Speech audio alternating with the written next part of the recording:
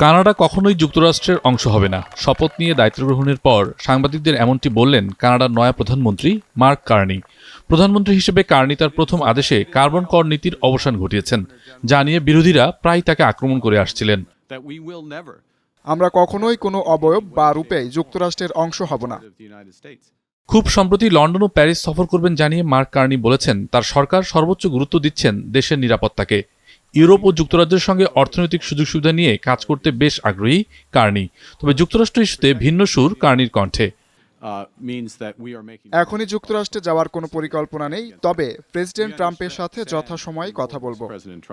এছাড়া যুক্তরাষ্ট্র কানাডার সম্পর্ক নিয়ে কথা বলতে গিয়ে কার্নি বলেন, দীর্ঘ অভিজ্ঞতা থেকে বলছি, আমরা পারস্পরিক সমাধানের পথ খুঁজে পাবো যাতে দুই দেশের জন্যই ভালো হয়। ৫৯ বছর বয়সী নয়া প্রধানমন্ত্রী কানাডার সার্বিক উন্নয়নে কী ধরনের নির্দেশনা দেবেন তার মন্ত্রিসভাকে, তা দেখতে এখন কেবল সময়ের অপেক্ষা। মুজাহিদ আহসান, এনটিভি অনলাইন। এই ঈদে জামা জুতো অ্যাক্সেসরিজের ডিসকাউন্ট।